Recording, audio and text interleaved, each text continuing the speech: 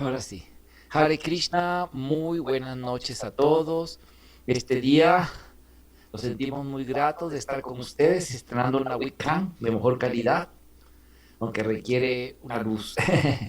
Bueno, el día de hoy quisiera tener con ustedes, compartir con ustedes unas reflexiones muy interesantes.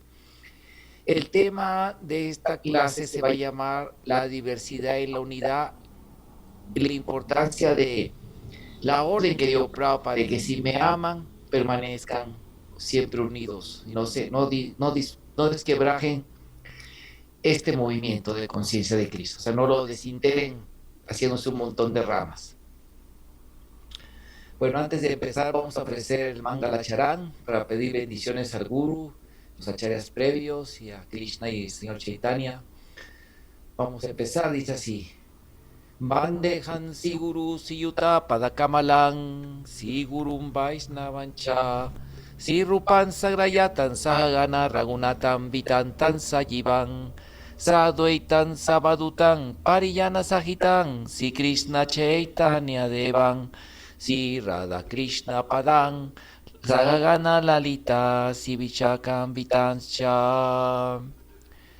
He Krishna Karuna Sindhu Dinabandhu Jagatpate Gopecha Gopika Kanta Radha Kanta Namastute Tapta Kanchana Gourange Radhe Vrindavaneswari Brisavanu Sute Devi Pramamami Hari Priye Panchakalpa Tarubhyas Chakripa Sindhubhya Evacha Patitanam Pavanebhyo Vaishnavebhyo Namo Namaha Jaya Sri Krishna Chaitanya Prabhu Nityananda Sadvaita Gadadhar Sivasadi Gaura Bhakta Vrinda Hare Krishna, Krishna Krishna, Hare Hare, Hare Rama, Rama Rama, Hare Hare.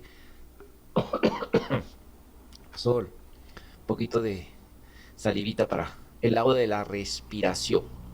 Bueno, para los que no me conocen, su servidor, soy mi nombre espiritual y rango espiritual, soy sacerdote Vaishnava, devoto de Krishna, seguidor de la conciencia de Krishna, Brahmana, ya desde hace muchos años, desde el 70, 80, que tomé esa ordenación.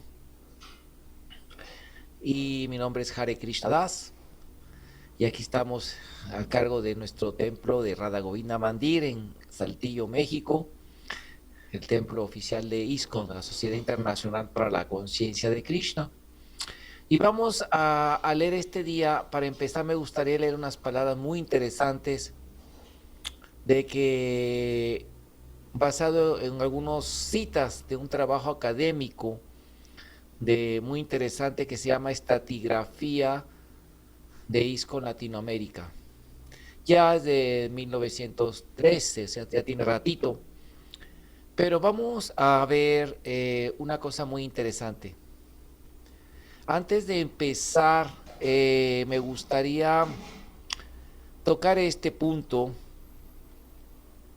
Esta cita muy interesante dice: este es un trabajo académico hecho por, bueno, el firmante es el doctor Ignacio Moshe Catalán, doctor, y este PhD, o sea, doctorado. Yo también, su servidor, tengo un doctorado en filosofía de la historia aplicada a la investigación de Krishna y su doctrina y su filosofía, el Vaishnavismo o Bhagavataísmo. Bueno, aquí es muy bonito porque este es un reporte de estratificación social de ISKCON en México en el 2013. Perdón, Latinoamérica es ISKCON, México. Pero voy a leer unas citas interesantes para primero ubicar al movimiento de conciencia. ¿Qué es este grupo de conciencia de Krishna, el movimiento mundial? Dice: Hare Krishna es también notable por ser, es una cita del especialista en estudio de religión de India, Robert S. Elwood. Dijo: Hare Krishna es también notable por ser el único trasplante exitoso, no de yoga hindú o Vedanta, sino del bhakti o devocionalismo, que es asimismo el credo dador de vida de millones de fieles en India, el cual hasta ahora parecía virtualmente intrasplantable. Pero aquí está, y como otra exclusividad prácticamente sin aculturación o cambios al pasar de otro continente, lo que ha marcado a casi todas las religiones que difieren significativamente del lugar de origen. Esto es un tema interesante, o sea, de reflexión. Una característica que ha denotado a nuestro movimiento de conciencia de Krishna es eso, el poder permanecer muy virtual a la tradición, o sea, que sobre todo en los sacerdotes, los monjes sannyasis, así. Pero aquí dice, y aquí una cosa muy bonita, o sea, así, el movimiento de Conciencia Krishna o ISKCON en sus siglas internacionales, o sea, Sociedad Internacional para la Conciencia de Krishna, tiene ya, bueno, a 48 años aquel tiempo, ya tiene más de 50 en Occidente, y ha sido reconocido. Al respecto podríamos citar los veredictos rigurosos de varias investigaciones, como el dictamen de la Suprema Corte de Justicia de Estados Unidos en 1977. La religión Hare Krishna es una religión fidedigna con raíces en la India, que datan de miles de años. Es en Nueva York, la Corte de Nueva York, 1977. El doctor A.L. Basham, es un fallecido profesor de la Universidad de Australia en Historia y Religión de la India y escritor de la Enciclopedia Británica, señaló: el hinduismo está una vez más volviéndose, quizás en forma lenta, pero muy definitivamente, una expansiva religión misionera, tomada por personas de todo el mundo. Ahora, la culminación de este proceso está representado por los seguidores del movimiento Hare Krishna. Bueno, aquí un tema muy interesante que yo quería tocar para los devotos, que sobre todo esto es para los seguidores y sobre todo para los líderes, y más para los líderes de la segunda generación de nuestro movimiento, porque yo veo que casi los líderes, digamos, de la cúpula máxima como GBCs, están muy ocupados, ya tienen mucho trabajo pastoral, simplemente atender cartas diarias de 200 discípulos, 200 cartas al día, aparte de su servicio de GBC, de administración pastoral, que se llama teología pastoral, ¿verdad? Pastor, de estar así ya, no les da tiempo ni siquiera de leer una carta de una cuartilla, tienen que mandarle mensajitos chiquititos cuando uno habla con ellos, tienen tan saturados. Pero yo sé que los devotos de la segunda generación, los discípulos de Prabhupada, sí tienen la capacidad, cuentan con el tiempo y la buena actitud de analizar estos temas, y para eso es esta clase. Aquí voy a citar de mi maestro espiritual, Hridayananda Das Goswami, que también es doctorado de la Universidad de Harvard y un sannyasi. Dice así, es un monje sannyasi, ¿verdad? Y un gran líder espiritual de nuestro movimiento, muy destacado. Dice así, sobre todo muy erudito: raramente alguien ha descrito la historia pasada de ISKCON elocuentemente, y en el presente se necesita una autorreflexión histórica, como el autor Thomas J. Hopkins sugiere en su artículo ¿Por qué ISKCON debe estudiar su propia historia?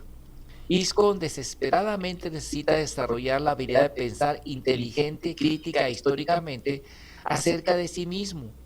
Cuando los problemas surgen, necesitamos saber que los mismos problemas se han manifestado varias veces en el pasado, tanto en la historia Vaishnava y en la historia de otras tradiciones religiosas. Necesitamos saber cuáles soluciones funcionaron y por qué, y cuáles soluciones tentativas empeoraron los problemas y por qué. Los devotos de ISKCON en el futuro necesitarán saber cómo ISKCON evolucionó, qué realmente pasó, qué problemas fueron resueltos o no, y miles de estos temas que les facultarán para servir como sabios administradores experimentados del movimiento de Srila Prabhupada. Este es nuestro deber serio para heredar a los futuros miembros de ISKCON este recurso evaluable, el cual solo nosotros podemos proveer. Si no preservamos la historia de estos días, mucha de esta se perderá para siempre. Bueno, aquí voy a dar un saltito.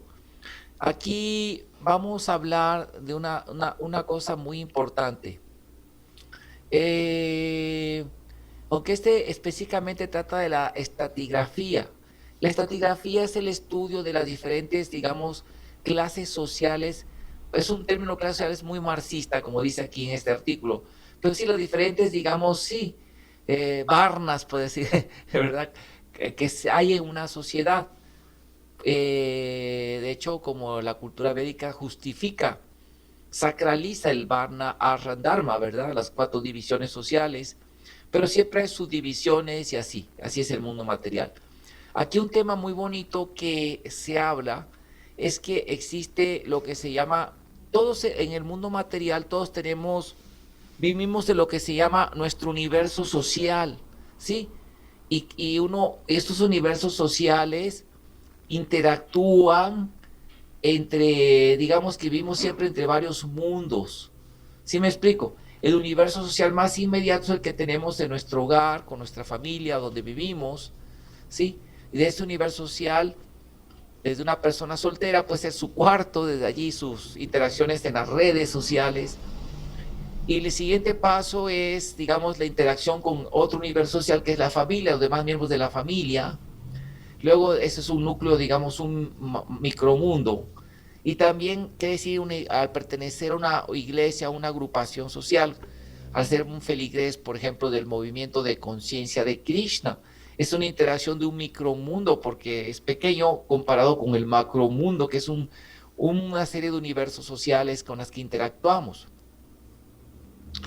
Bueno, bueno, aquí vamos a hablar aquí una cosa muy interesante, que esto es el punto que yo quiero hablar, que también se relaciona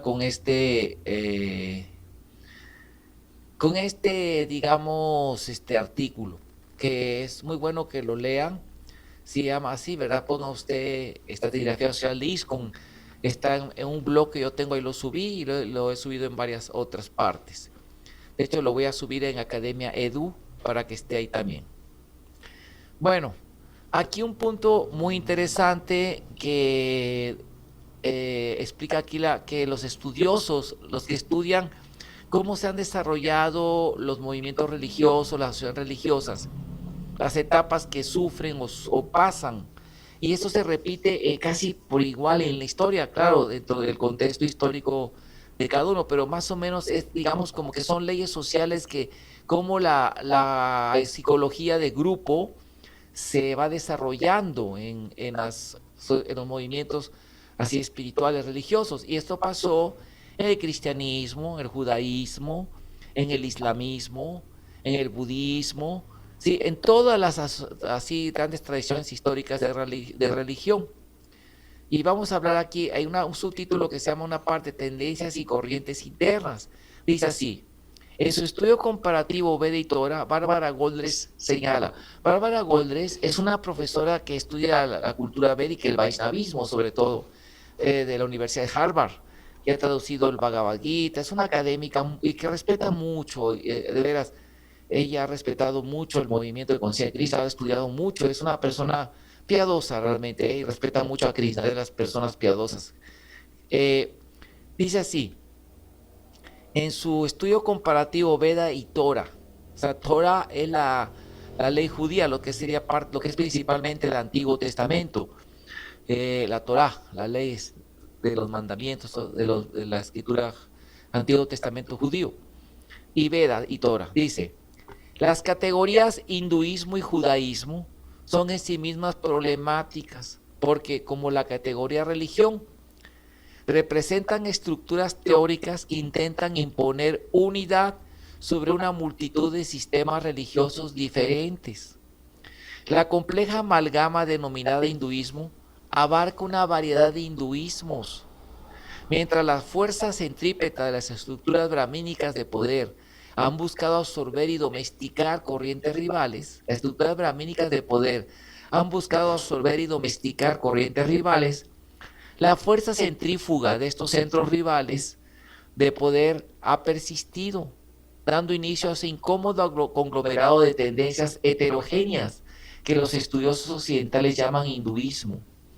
Fíjense, qué interesante esto. ¿Qué nos está diciendo? Que todo sistema de religión no se vuelve monolítico, o sea, que todos piensan igual, sino que conforme va creciendo, va a haber tendencias diferentes, aún dentro de una misma sangha o sociedad, como es ISKCON, es un sangha, o sea, una orden específica del Vaishnavismo, la más importante del Gaudiya Vaishnavismo, de los seguidores de Chaitanya Mahaprabhu, que está predicando en todo el mundo. Entonces, esta orden del Gaudiya Vaishnavismo, que es ISKCON, aún así dentro de sí va todo, y también ahorita vamos a ver la iglesia cómo también tiene esa situación, la iglesia cristiana católica. Entonces eso hace que exista una variedad y va a ir haciendo así. Y yo lo que estudié este artículo, pero el punto que voy a estudiar ahorita es ese. Vamos a ver aquí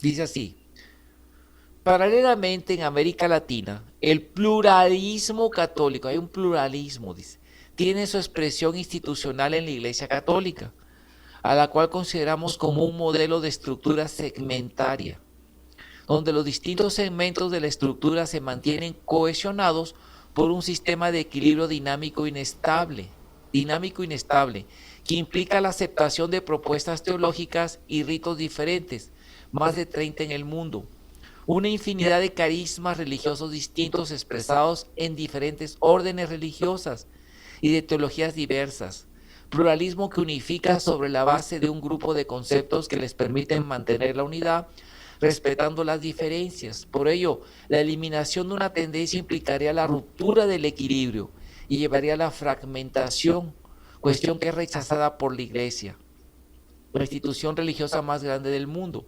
Los intentos de homogenización son vistos como peligrosos porque tienden a la ruptura.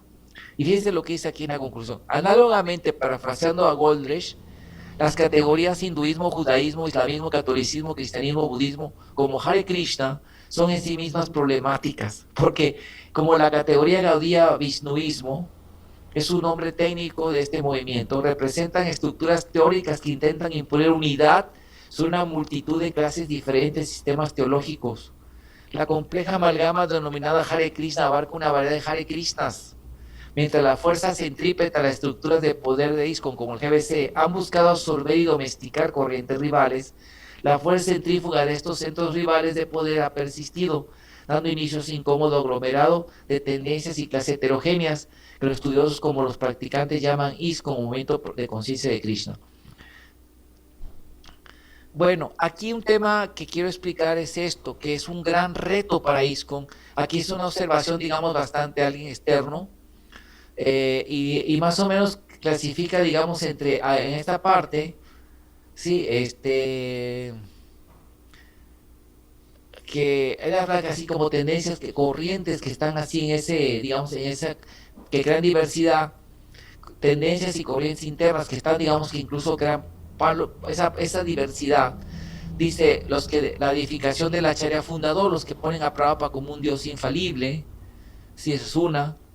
La secularización de los gurús seculares, que es sucesores, perdón, secularización es un proceso que se dio a partir de la Revolución Francesa con los jacobinos principalmente, que le quitaron el poder a la iglesia y quisieron hacer todo explicarlo de manera mundana, sin nada de Dios, quitar a Dios de la esfera, como los gobiernos seculares que prohíben que la religión nada más sea individual, pero no pública, y además se limite en los ciertos lugares nada más, pero no se puede hablar de religión, por ejemplo, en la prensa, en el radio, ni pueden en la educación, me explico. Así también pusieron a los gurús, aquí habla así, ¿no? Aunque Prabhupada dijo que sea gurú, en quitar la etiqueta, el gurú, y además Prabhupada es como el único acharya absoluto, y tiene su razón porque es un acharya fundador, que vamos a hablar, pero los otros gurús no tienen, tiene que ser algo individual y privado por ahí, pero no tiene, está prohibido, de hecho, alabar al gurú en un templo. Eso se llama secularización. Luego también el santoral pirrónico. Esa es otra parte que se ve en ISKCON. ¿Qué es el santoral pirrónico? Santoral significa el calendario cuando es un día de un santo, cuando nace un santo, que es dedicado a un santo. Así, en nuestro momento de conciencia de Krishna, Prabhupada enseñó cuando su discípulo Yayananda, su divina gracia, que esté con la misericordia de Krishna, Sila Yayananda Nitalila Pravisto, se dice, el central Nitalila. Prabhupada lo canonizó y lo puso en el calendario Vaishnava. Entonces, en el momento de conciencia de Krishna, por ejemplo, sí ponen a los gurús que han partido y todo, lo ponen en el calendario, pero no se enfatiza que ya regresó a Krishna oficial, no, nomás lo ponen en el calendario, pero es pirrónico, es dudoso. Pirrónico significa, viene de Pirrón de Alejandría. Pirrón decía que él predicaba el escepticismo, él decía que no había manera de comprobar 100% ninguna tesis y siempre eran cuestionables, siempre estaban dudando. Así, es un santoral pirrónico, o sea, aunque están los gurús ahí, sí está ahí en el calendario, aparición de este en chiquito, aparece por allí, ¿verdad? Por la secularización del gurú en ISKCON, aparece por allí el gurú así como muy nombradito, pero cuando muere, sí, sí, ya murió, ya, y sí, desaparición de tal gurú, nada más sus discípulos lo adoran, pero no, oficialmente, fue un devoto puro, a excepción en algunos casos, como Bhaktitirtha Swami, que lo han nombrado así, digamos, los discípulos de Prabhupada, mismos GBCs, lo adoran en los mismos Vyasapuyas de Prabhupada y así. O por ejemplo, ahora recientemente, Bhakti Charu Maharaj. Bhakti Charu Maharaj dijeron, no, él es un gran santo, un devoto puro. Algunos discípulos de Prabhupada. Pero no hay una oficial declaración, oh, este santo regresó a Krishna. No. Hay así, ¿no? Como, aquí dice, fíjense lo que dice. Dice así. Pero o sea, que lo pone en el calendario de santos sin aceptar oficialmente su regreso al reino de Dios, a lo mucho que fueron a otro universo a servir a Prabhupada en la prédica. O sea, que no reconocen su salvación, pero están en el santoral del calendario, condenados a rotar en el samsara o ciclo del nacimiento y muerte, lo que sería un total nihilismo escatológico, lo que es otra paradoja. Bueno, la hinduización, la tendencia a hinduizar el movimiento, luego hablamos de eso en una clase para que ustedes sepan qué significa. Optimizadores progresistas. Viene otro, como es el caso Maharaj Tamal Krishna, fue de ellos, Bhakti Tirtha Swami, que hasta lo pusieron como, ¿verdad? Y hay Petaka Swami con programa congregacional, lo fue aceptado. Y ahora aquí de Hridayanda Maharaj y Brahma Krishna West, que también oficialmente también es pirrónico, porque sí está aceptado como autorizado, pero en ningún canal oficial ISKCON se habla de Krishna West, ni en ISKCON News, ni en Dandavas, nomás en las declaraciones oficiales de ISKCON que hay que buscarlas, ¿no? Así, ¿no? Para que Krishna West esté aceptado, así, ¿no? Luego viene ultraconservadores intolerantes. Algunos devotos, que aquí habla, ¿verdad? Que dicen que, no voy a poner nombres, luego por todo respeto, pero son devotos que piensan que todas las palabras de Prabhupada son cátedra, infalibles, mismo que sean comentarios, opiniones personales, o sean de otros temas que Prabhupada mismo dijo, ¿no? Que no le era infalible, pero ellos dicen que es absolutamente infalible, o sea, son extraconservadores, ¿sí? Y ahora académicos modernistas, o sea, hay una tendencia en ISKCON, aunque no tiene mucho peso, eso se ve como un poco herético, de gente que es discípula de Prabhupada, que le gusta la academia, algunos tienen títulos académicos y otros no, pero no creen que los Vedas tienen 5000 años, creen las tendencias, el modelo histórico de la academia occidental. Sí, así ponen, así cosas que no voy a hablar. Luego en una clase podemos hablar de eso. Bueno, pero aquí el tema que yo quiero hablar es un poquito de la unidad y la diversidad. O sea, esto es interesante, porque para permanecer un movimiento unido históricamente, socialmente, aunque Prabhupada dijo, mantengan la pureza del movimiento, no cambien nada, las enseñanzas, siempre va a ser un reto, porque va a haber personas que van a querer hacer cambios así. Entonces aquí hay varios factores que digamos, entran no contradicción, sino que se juntan y entran a hacer un remolinito de fuerzas, de tendencias. Primero, un movimiento como el movimiento de conciencia de Krishna, para que sea unido a nivel mundial, tiene que tener elasticidad para respetar. Por ejemplo, mi gurú dijo en una clase que si alguien, por ejemplo, ve el movimiento, que hay un gurú, pero ese gurú es un poco independiente, no obedece todo el GBC, pero predica mucho, está haciendo muchos devotos, está siendo muy exitoso, pero no acepta la autoridad del GBC así completamente. De hecho, lo reta, lo desafía, y aunque es un devoto, perdón, hay un poquito de alergia, un poquito o sea que es un devoto muy bueno, es un devoto muy ejemplar, tiene muchos discípulos y desafía un poquito al GBC y es independiente y el GBC, digamos, lo tolera porque dicen, pues no queremos que se vaya a hacer que se aparte de ISKCON y hay una ruptura, ¿sí? Y así también puede haber muchos, ¿cómo le diré? Devotos así de que tienen otras tendencias y el movimiento tiene que tolerarlos. Voy a poner un ejemplo de la Iglesia Católica. Prabhupada le dijo a Tamal Krishna Maharaj que deberían de aprender de la Iglesia Católica cómo se ha mantenido unida. Y aquí hay dos puntos que hay que aprender cosas. Lo digo esto por los devotos que serán líderes en muy poco tiempo, cuando se vayan ya los discípulos de Prabhupada y los poquitos que estamos a la sombra de ellos, de unos 10 años, 8 años de diferencia, los vayamos y les va a caer encima el peso del movimiento. Una cosa que ha pasado en la iglesia es que esa tendencia, como dice aquí, ¿verdad? De no buscar la fragmentación, de tolerar un poquito tendencias, también le ha costado cuando se han, digamos, sido demasiado tolerantes con eso.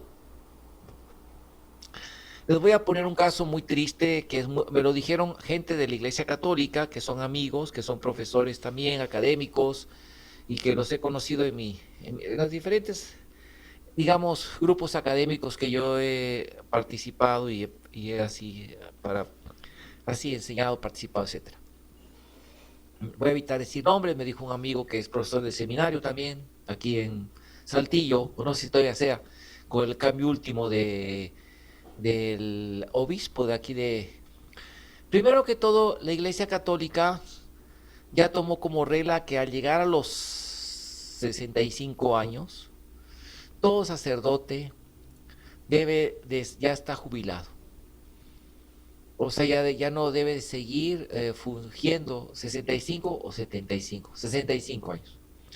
Ya no debe estar en su cargo administrativo porque es muy pesado para su salud, para su vida.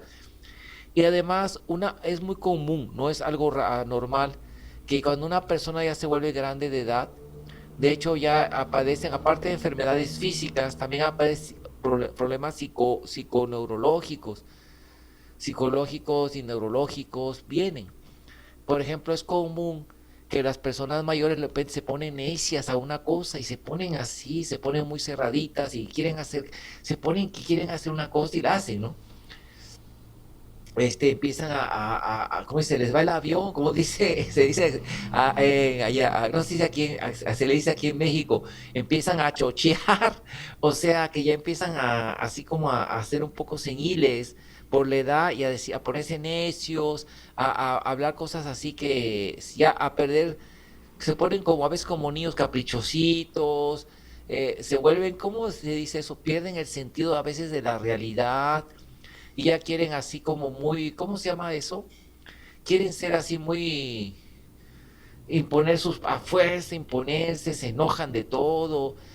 Incluso la gente mayor ya requiere otro tipo de trato, ¿sí? Hay un área que se llama la medicina gerontología, que estudia, también tiene área de psicología, para tratar al adulto mayor, el trabajo social. Entonces, ya después de los 65 años es normal que vengan ese tipo de problemas. Y por eso una persona es mejor que ya esté retirada, que ya no esté, me explico, a cargo de así dirigiendo, porque su salud puede afectar. Prabhupada no se puso así, ¿verdad? Prabhupada era muy trascendental, pero puede pasar, puede pasar eso. Entonces, por ejemplo, en las familias, en familias educadas, así, de repente hay un tío que está viejito y empieza a chochear, como dice, ya se pone senil, empieza a hablar cosas disparatadas, ¿no? Y dice, mire, el abuelito, el tío, ¿verdad? Compréndalo, es que está viejito, ya se le va el avión, ya habla necedades y se pone acá, no, traten de un conflicto. Incluso a veces lo aíslan un poquito mandando a una casa de retiro por allá, que se haga su casa de retiro, ¿verdad? O bien, cuando llega la familia y está ahí, ya le avisan a todos, miren, compréndanlo, pobrecito, se va a poner a decir necedades. Y entre más lo quieren corregir, no hombre, se vuelve más necio, mejor déjelo en paz, porque se pone neciecito. Ya le patina un poco la cabeza, ya no está bien, ¿verdad? Entonces, es un hecho que también el movimiento de conciencia de Krishna debe considerar esos factores, que una persona ya después de 65 años no debe estar a cargo de liderazgos así, ¿verdad? Y más si empiezan a tener problemas ya de estos de edad.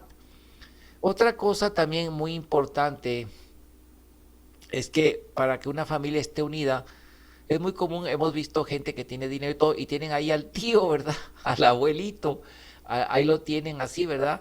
Y lo tienen como con cuidado, a veces evitan llevarlo a reuniones de toda la familia porque empieza a decir cosas así que lastiman a los demás, empiezan a actuar así, ¿verdad? Ya empiezan a actuar así un poco no muy bien, ¿no?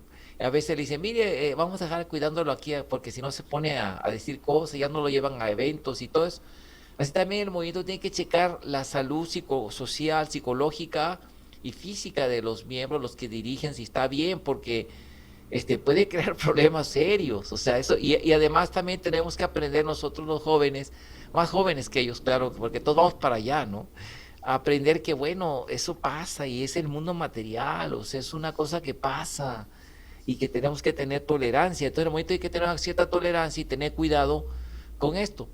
Por ejemplo, les voy a comentar así. eh, Hay una historia muy interesante que es la historia del rey Indra, cuando Prithu Maharaj quería hacer 100 sacrificios a Sameda Yagyas. Entonces Indra sintió su autoridad puesta en jaque, sintió que iba a ser reemplazado, su autoridad retada y además que podía ser opacado ante los seguidores. Imagínense, es el Deva, el rey de todos los semidioses. Y si Prito Maharaj seguía así, lo iba a suplantar. ¿Y qué hizo Indra? Se puso celoso. ¿Y qué hizo Indra? Agarró y empezó a crear, se vestía de sanyasi y creó órdenes de sanyasis fraudulentas. Al grado que vino Brahma, tuvo que venir a decirle, Prito Maharaj, ya no hagan lo quisieron matar, incluso su hijo lo quería matar y todo, por esas cosas que hacía. Pero mire, ya no hagas más 100, porque más de 100, no lo quieras superar, porque aquí Maharaj Indra se pone acá terco y necio, y porque ve su autoridad rebasada, entonces va a hacer más órdenes sanyasis fraudulentas y va a cometer más adharma. Compréndelo, por favor, tú que eres muy avanzado, tú que eres una persona muy santa, compréndelo. Y ya mejor fue, hicieron la paz y que viva la paz y creaba equilibrio en el universo. Y Indra ya no hiciera más cosas, hizo 99. Esto nos enseña una cosa muy importante. Estaba viendo una entrevista muy interesante precisamente de nuestro famosísimo académico Agustín Laje, defensor de la vida, contra el aborto, contra el feminismo, contra todos los progres, ¿verdad? Y otro académico muy famoso que es profesor en varias universidades y graduado en Oxford, y una eminencia de filosofía. Le está preguntando que por qué estas personas, por qué ciertas personas que tienen poder político y poder así que ideológico andan queriendo imponer ciertas ideas y que tienen así que son buenos oradores porque son buenos retóricos, esta gente progre, ¿verdad? De izquierda. ¿Por qué reaccionan con ir atacando y eres retógrada y en lugar de hacer un debate, un análisis, a escuchar, ponerse a escuchar las otras propuestas, que me explico, que alguien que cuestione su autoridad, ¿por qué se pone en esa actitud agresiva a decir que es a insultar, a denigrar a los que no piensan como él o los cuestionan, ya sea por su ejemplo o por su enseñanza, por su reflexión filosófica, que lo superan? Y estaba diciendo este experto, este erudito, que esto corresponde a un problema, una respuesta de tipo psicológica, social, que implica que esas personas se sienten que su autoridad es rebasada, es superada, y es puesta, y ante sus seguidores ellos no quieren verse como personas que son superadas. Y como no tienen las herramientas, es más cómodo en lugar de ponerse a echar cerebro, a analizar y a ver si, bueno, primero que todo, si una persona es honesta, intelectual, realmente es pensadora, pensaría, bueno, ¿qué me están diciendo? ¿Hasta dónde está bien esto? ¿Dónde está mal? Hay que ver los argumentos del contrario, sobre todo en una cuestión, en este caso, pues una cuestión teológica como Indra, ¿no? Una cuestión espiritual. Ver qué tan probable que mi situación no esté bien, a lo mejor yo me equivoqué, ¿por qué no? O sea, y es de sabios equivocarse y reflexionar y cambiar de opinión, mejorar nuestras, así, ¿no? Estas personas no, ellos quieren, por muchos factores que pueden ser, y más si es una persona así, como digo, ¿no? Ya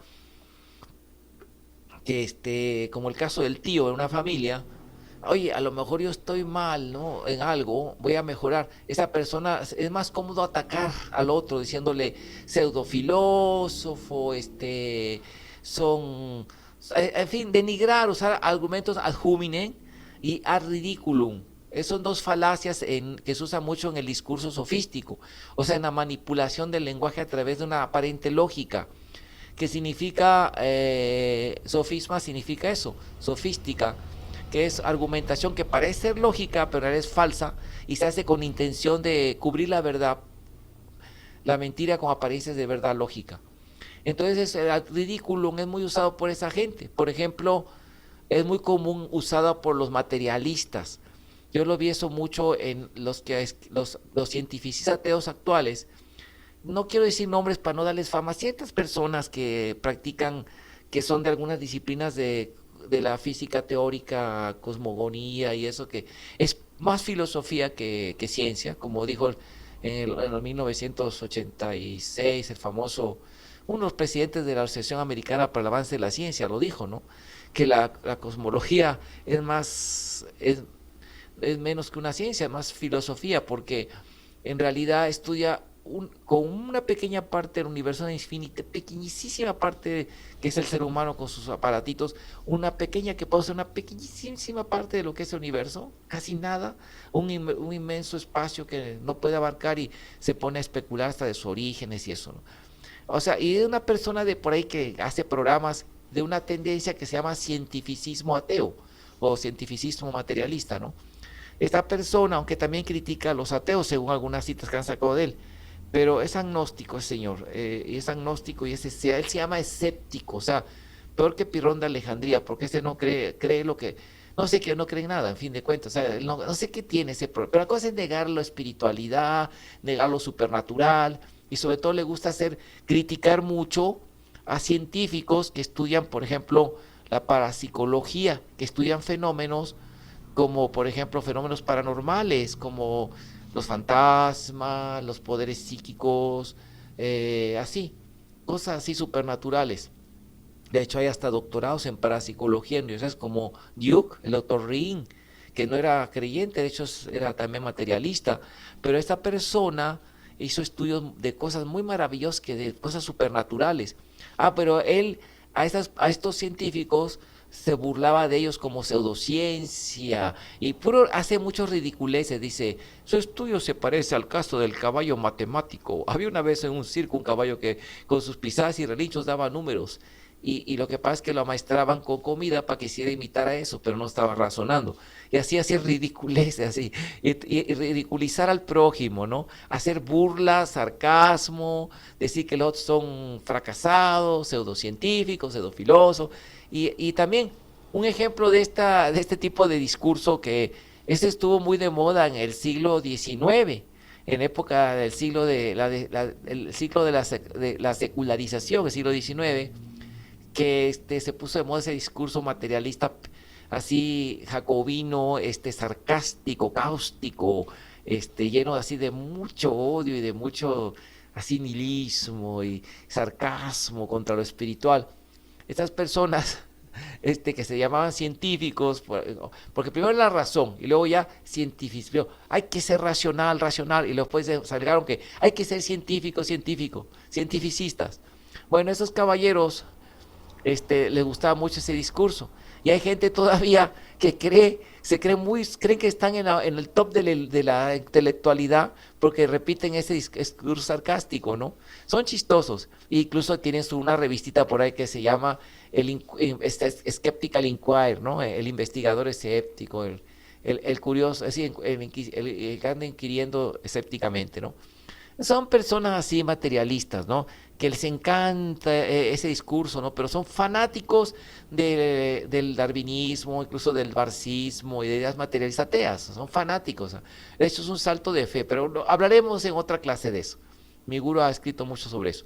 Pero el punto es que este tipo de discurso materialista sarcástico es típico de esa gente jacobina materialista, que creen que con su sarcasmo y ya parecen más, por ejemplo, a los cómicos, los rebasan a los cómicos, tal vez están buenos para ganar con ese sarcasmo y toda esa burla, ironía, ser mordaces, está bien para ganar el premio Nobel de la comedia en la Academia de los Cómicos, ¿verdad? De los payasos, sin duda, ¿verdad? Ahí pueden ganar un premio Nobel por el sarcasmo.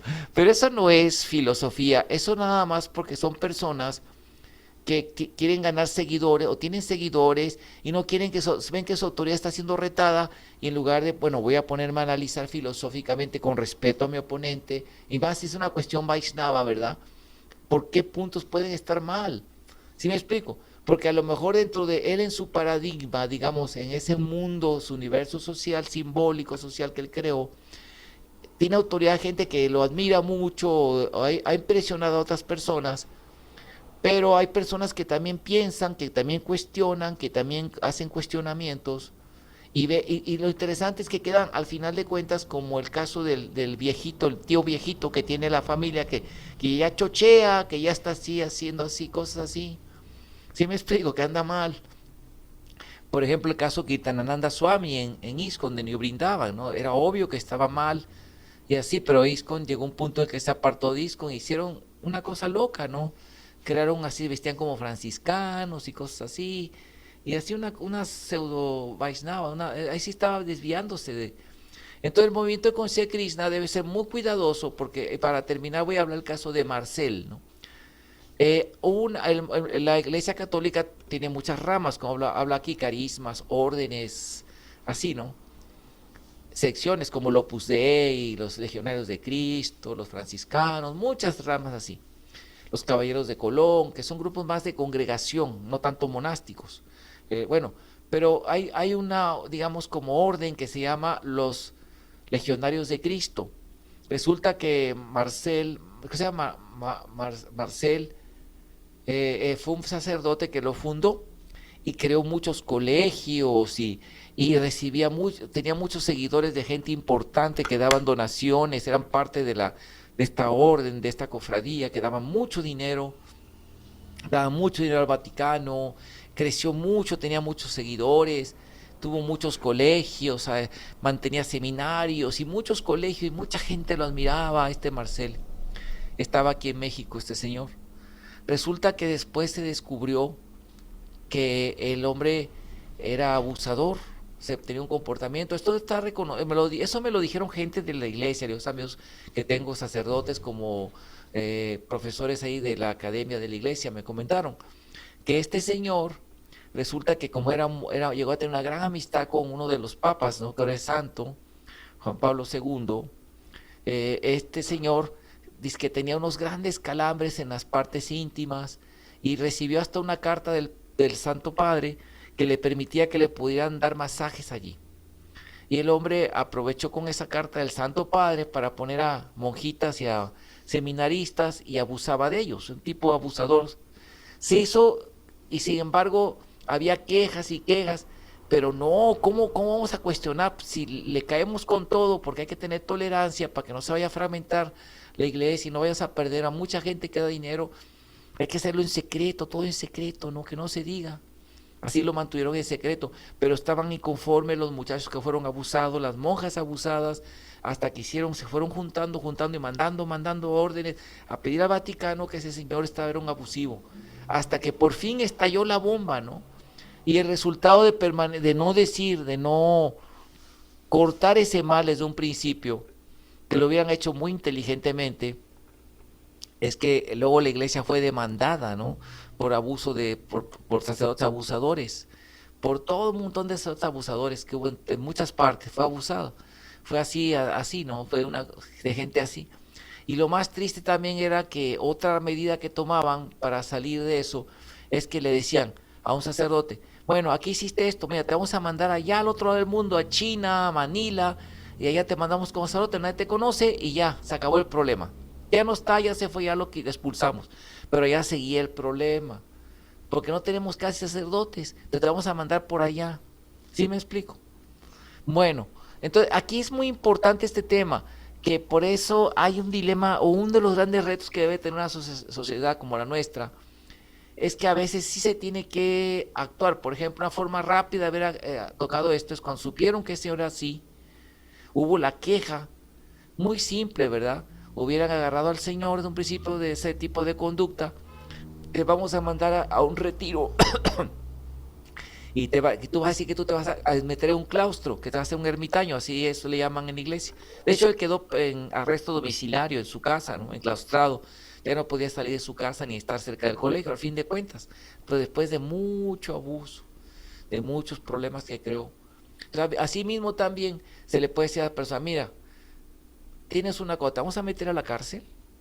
¿O vas a aceptar que tú te vas a ir a enclaustrar? Y allá lo llevan a enclaustrarse como monje a un lugar donde no va a tener acceso a ninguna mujer o hombre y que siga a predicar, a purificar su vida allá. Y a la orden, él manda una carta que yo me voy a retirar para dedicarme a la santidad y la pureza y se acabó.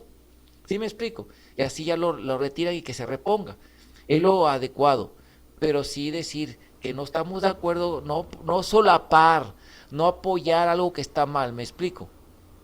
Quizás es un caso, digamos, de un líder espiritual que sí predica mucho, nada más una cuestión que es que dice que para el LGBT no la absoluta verdad absoluta, esa es cátedra sus afirmaciones y que no está de acuerdo en unas cosas y que no le gusta, digamos, como el GBC dice que, por ejemplo, por así decirlo, que le hagan gurupuya y le gusta que le hagan gurupuya a sus discípulos como manda las escrituras, pero es muy ejemplar y además muy respetuoso, nunca ofende a nadie, pero haciendo a mucha gente consciente de Krishna, haciendo que miles de gente cante Hare Krishna, pero no está de acuerdo en que hay que seguir a GBC todo porque tiene estos errores, y es eso es respetable, se le puede tolerar, mientras no busque independizarse disco, me explico, mientras su conducta sea santa y bueno, ahí está, hay que tener, pero ya cuando hay cosas raras, cuando ya se rompen principios, ¿verdad? Como este caso, un tipo que rompe su voto de celibato, no se debe de permitir, se debe decir inmediatamente, tú, este señor está mal, pedimos una disculpa, que mal, pero lo suplantan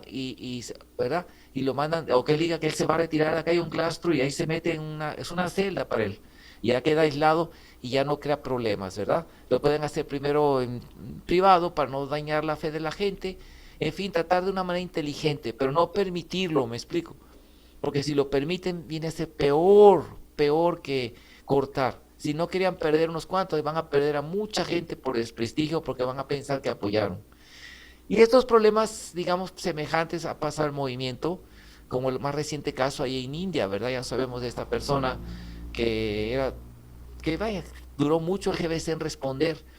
Entonces aquí es muy importante que nosotros aprendamos que los casos que cuando se debe tratar con cuidado, no debe cortar todo, ¿verdad? Como inquisidores, pero también se debe de entender que no se puede tolerar cosas, sobre todo cuando ya empiezan a quebrar las instrucciones de Sila Prabhupada.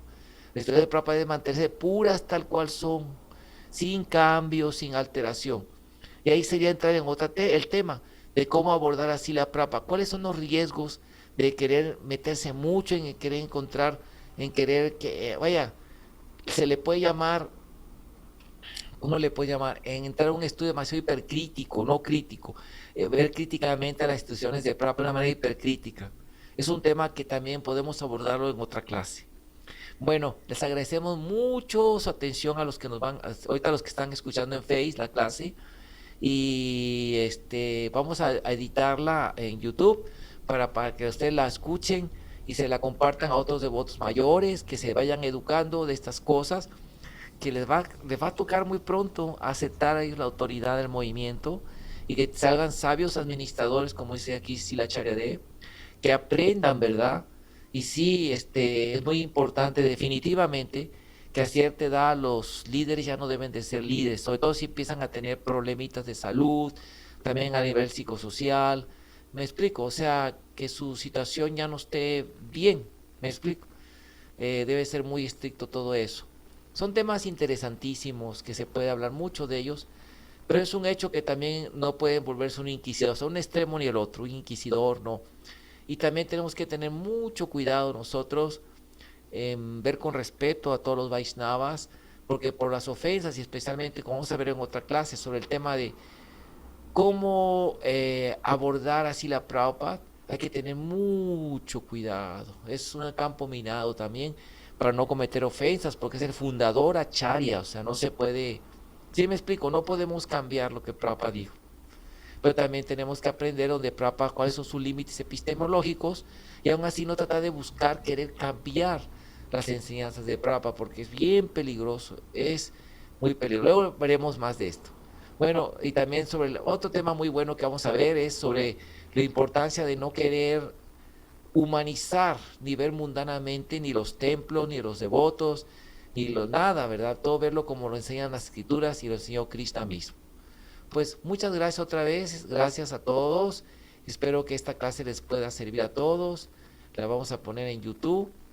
Y bueno, Hare Krishna. Y preguntas ahí en YouTube pueden hacer todas las que quieran y en Face también cuando ya aparezcan, ¿ok? Muchas gracias a todos. Que Krishna los bendiga con una muy bonita noche y que puedan vender muchos libros y todo. Muchas gracias. Hare Krishna.